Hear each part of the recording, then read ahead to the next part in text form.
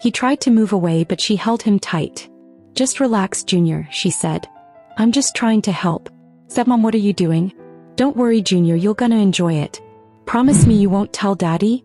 "No, I won't," Junior replied. Junior was an 8-year-old boy who lived with his father and stepmother. His parents had divorced when he was little and he didn't get to see his mom very often. Junior loved his dad, but he wasn't very comfortable around his stepmom. She was always nice to him, but sometimes she did things that made Junior feel weird. One day, while Junior was taking a bath, his stepmom came into the bathroom. "I'll help you wash your back," she said with a smile. Junior felt uncomfortable, but he didn't say anything. His stepmom started washing his back, but then she began to wash his hair and body too. Junior felt like he was too old for his stepmom to be bathing him. He tried to move away, but she held him tight. "Just relax, Junior," she said. "I'm just trying to help." The next day, Junior's dad took him shopping for new clothes. Junior picked out a cool new shirt and some awesome sneakers. But when they got home, Junior's stepmom was acting strange again. She took Junior's new shirt and put it on herself. "I love this shirt," she said, looking at herself in the mirror. "It looks great on me." Junior was confused. Why was his stepmom wearing his new shirt? That night, Junior couldn't sleep. He kept thinking about his stepmom's strange behavior. Why was she bathing with him? And why was she wearing his clothes? Junior decided to talk to his dad about what was going on. But every time he tried to bring it up, his dad seemed distracted or busy.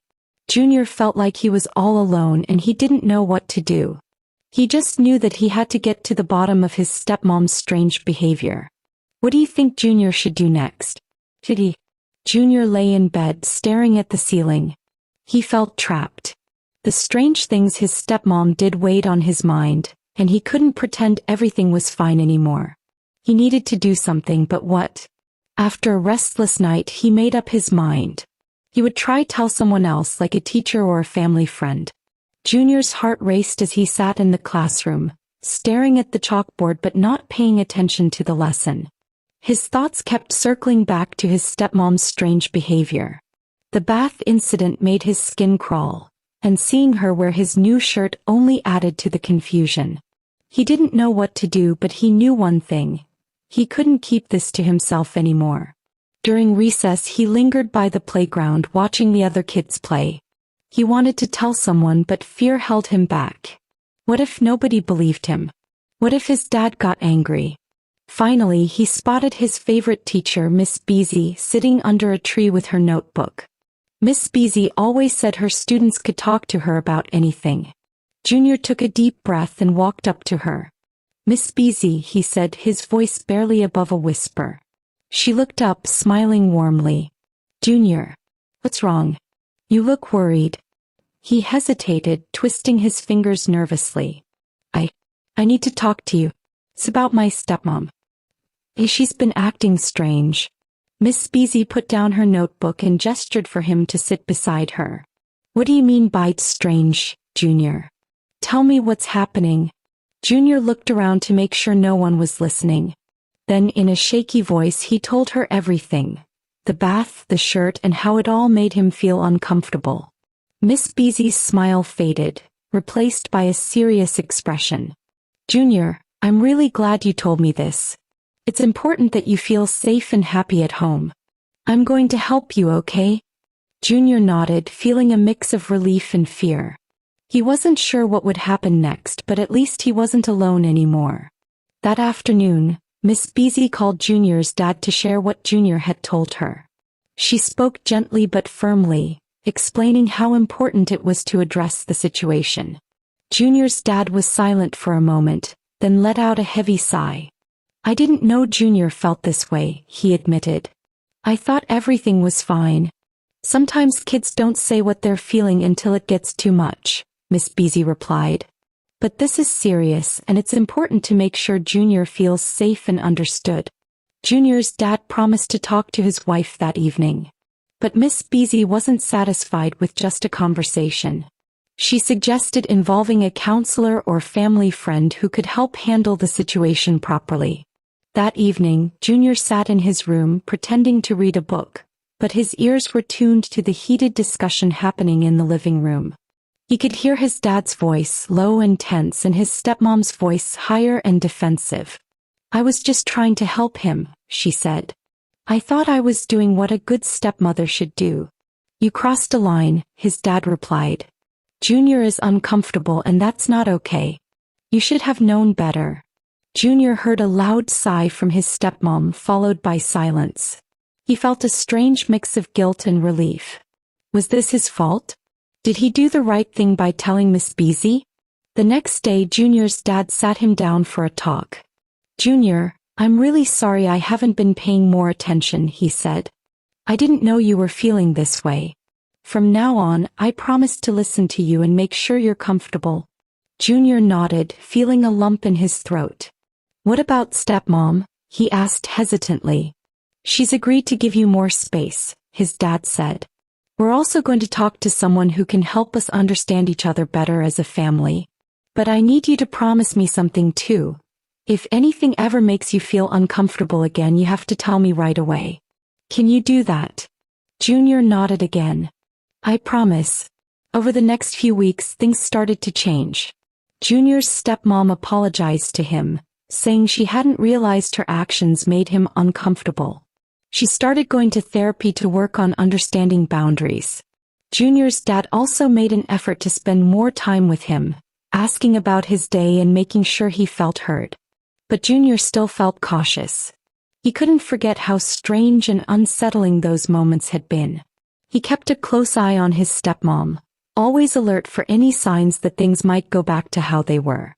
And even though things seemed better now, he couldn't shake the feeling that there was more to his stepmom's behavior than she let on.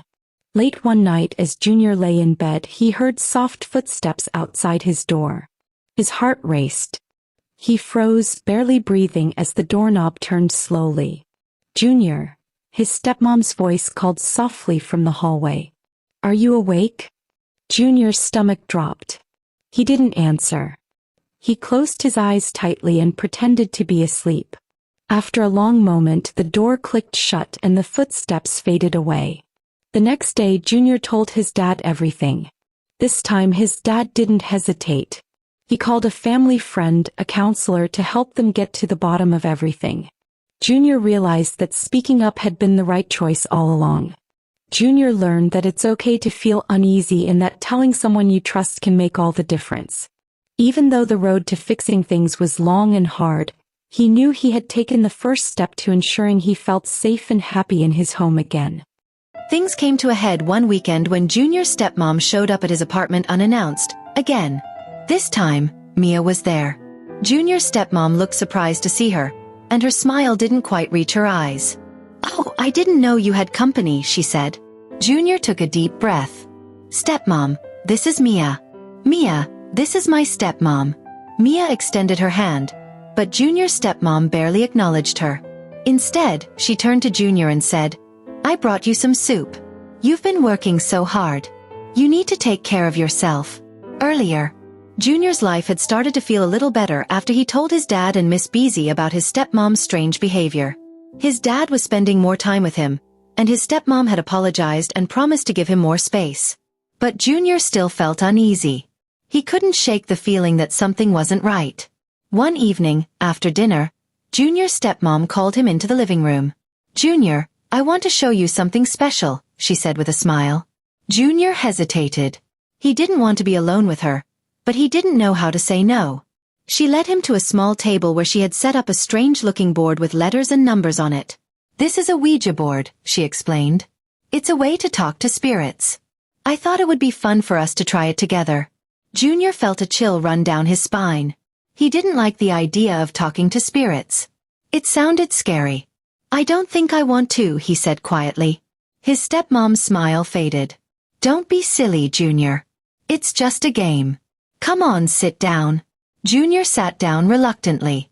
His stepmom placed her fingers on a small wooden piece called a planchette and told him to do the same. As soon as he touched it, the planchette started moving on its own, spelling out words. Junior felt his heart pounding. He didn't like this at all. "See, the spirits are talking to us," his stepmom said, her voice low and mysterious. They're saying you're special, Junior. They want to protect you. Junior pulled his hand away. I don't like this, he said, standing up. I'm going to my room. His stepmom's face turned serious. Junior, you can't just walk away. This is important. The spirits have chosen you. Junior didn't listen. He ran to his room and locked the door. He felt scared and confused. Why was his stepmom trying to involve him in something so strange? He decided he had to tell his dad about this too. The next morning, Junior's dad noticed that he seemed quieter than usual. Is everything okay, buddy? He asked. Junior hesitated. He didn't want to cause more trouble, but he knew he had to speak up. Dad, last night, stepmom tried to make me use a Ouija board. She said it was a game, but it felt really weird. I didn't like it. Junior's dad frowned. A Ouija board? That's not something an 8-year-old should be playing with. I'll talk to her about it. But before his dad could say anything, Junior's stepmom walked into the kitchen. She looked upset. Junior, why did you run away last night? I was just trying to share something special with you. Junior's dad stood up. We need to talk, he said firmly. Junior told me about the Ouija board. That's not appropriate, and it's making him uncomfortable. His stepmom's face turned red. I was just trying to bond with him. You're always so busy, and I thought this would be a fun way for us to connect. There are better ways to bond, Junior's dad replied. From now on, I don't want you doing anything like that with Junior. And if he says he's uncomfortable, you need to listen. Junior's stepmom didn't say anything. She just turned and walked away. Junior's stepmom didn't give up. She started trying other ways to get close to him. One day, she offered to teach him how to meditate. It's a way to relax and clear your mind, she said. It'll help you feel better. Junior didn't trust her, but he didn't know how to say no. He sat down with her, but as soon as she started chanting strange words, he felt uneasy again. He got up and left the room. Another time, she tried to give him a special necklace. This will protect you, she said. It's been blessed by a spiritual guide. Junior didn't take it. He knew something wasn't right. One night, Junior woke up to find his stepmom standing by his bed. She was holding a small bottle of oil. I just want to bless you, she whispered. It'll help you sleep. Junior felt a surge of fear. No, he shouted, jumping out of bed. Leave me alone. His dad came running into the room. What's going on? He asked, looking from Junior to his stepmom. She was trying to put oil on me. Junior cried. I don't want her near me. Junior's dad looked at his wife, his face filled with anger.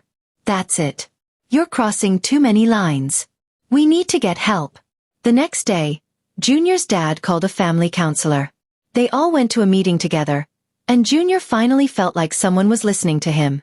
The counselor helped them understand that Junior's stepmom needed professional help to work through her issues. Over time, things started to get better. Junior's stepmom went to therapy and learned how to respect boundaries. Junior's dad made sure he always felt safe and heard. And Junior learned that it's okay to speak up when something doesn't feel right. Junior still kept an eye on his stepmom, but he felt stronger now. He knew he had people who would protect him, no matter what. Junior was now 20 years old. He had moved out of his dad's house and into a small apartment near his college campus. He was studying graphic design and working part-time at a coffee shop. Life was busy, but Junior loved the independence. Still, he couldn't forget the past. His stepmom had always been too involved in his life, and it had left him feeling uneasy. He was determined to take control of his own life now. One day, while working at the coffee shop, Junior met someone special. Her name was Mia. She was a regular at the coffee shop, always ordering a caramel latte and sitting by the window with her sketchbook. Junior had noticed her weeks ago but had been too shy to talk to her. One afternoon, Mia smiled at him and said, I love the music you play here. It's so relaxing. Junior blushed. Thanks. I picked the playlist. I'm kind of a music nerd. Mia laughed. A music nerd with good taste. I like that. From that day on they started talking more. Mia was an art student, passionate about painting and photography. She had a way of making Junior feel at ease, like he could be himself without worrying about being judged. For the first time in a long time, Junior felt a spark of something real. As Junior and Mia grew closer, he couldn't help but think about his stepmom. She had always been overly possessive of him, even as he grew older. She would call him constantly, show up unannounced at his apartment, and try to insert herself into every aspect of his life. Junior had tried to set boundaries, but she always found a way to push past them. One evening, while Junior was studying at his apartment, there was a knock at the door. He opened it to find his stepmom standing there, holding a bag of groceries. "I thought you might need some food," she said with a smile. "You're always so busy. I worry about you." Junior sighed. "Thanks, but I'm fine. You don't need to do this." His stepmom stepped inside without waiting for an invitation. "I just want to help. You're like a son to me, Junior. I care about you." Junior felt a familiar sense of discomfort. He didn't know how to make her understand that her behavior was suffocating him. Meanwhile, Junior's relationship with Mia was blossoming. They spent hours talking about their dreams, their favorite books, and their shared love of art. Mia was kind, patient, and understanding. She noticed when Junior seemed distant and always asked if he was okay. One night, as they sat on the couch in Junior's apartment, Mia turned to him and said, "You seem like you're carrying a lot on your shoulders. You don't have to talk about it if you don't want to, but I'm here if you do." Junior hesitated. He had never opened up to anyone about his stepmom's behavior. But something about Mia made him feel safe. "It's my stepmom," he said finally. "She's always been too much. She doesn't respect my boundaries, and it's hard to explain, but it feels like she's always trying to control me." Mia listened quietly, her eyes filled with empathy. "That sounds really hard. You deserve to have people in your life who respect you and make you feel comfortable." Junior felt a weight lift off his chest. For the first time, he felt like someone truly understood. Things came to a head one weekend when Junior's stepmom showed up at his apartment unannounced, again. This time, Mia was there. Junior's stepmom looked surprised to see her, and her smile didn't quite reach her eyes. "Oh, I didn't know you had company," she said. Junior took a deep breath. "Stepmom, this is Mia." "Mia, this is my stepmom." Mia extended her hand, but Junior's stepmom barely acknowledged her. Instead, she turned to Junior and said, "I brought you some soup. You've been working so hard. You need to take care of yourself." Junior felt his frustration rising. "I appreciate it, but you can't keep showing up like this. I need space." His stepmom's smile faltered. "I'm just trying to help. You're so important to me, Junior. I don't know what I'd do without you." Junior shook his head. "I'm not a kid anymore. I need you to respect that." For a moment, there was silence. Then his stepmom nodded, though her expression was hurt. "I'll try," she said quietly. She left the soup on the counter and walked out the door. After that day, Junior felt a sense of relief. He had finally stood up for himself, and it felt like a turning point. With Mia's support, he began to set firmer boundaries with his stepmom. It wasn't easy, she still called and texted often, but Junior was learning to prioritize his own well-being. As for Mia, their relationship continued to grow. They spent weekends exploring art galleries, cooking meals together, and talking late into the night. Junior had never felt so understood or cared for. Mia was everything he had ever wanted in a partner. Kind, supportive, and respectful of his boundaries. One evening, as they sat on the rooftop of Junior's apartment building watching the sunset, Mia turned to him and said, "You've come so far, Junior. I'm proud of you." Junior smiled. "I couldn't have done it without you." Mia leaned in and kissed him softly. In that moment, Junior felt like he had finally found the happiness and peace he had been searching for. Junior's relationship with his stepmom remained complicated, but he was learning to navigate it on his own terms. With Mia by his side, he felt confident and hopeful about the future. He had learned the importance of setting boundaries, standing up for himself, and surrounding himself with people who truly cared about him. And as he looked at Mia, her hand in his and the sunset painting the sky in shades of orange and pink, Junior knew that he had found the love and support he had always deserved.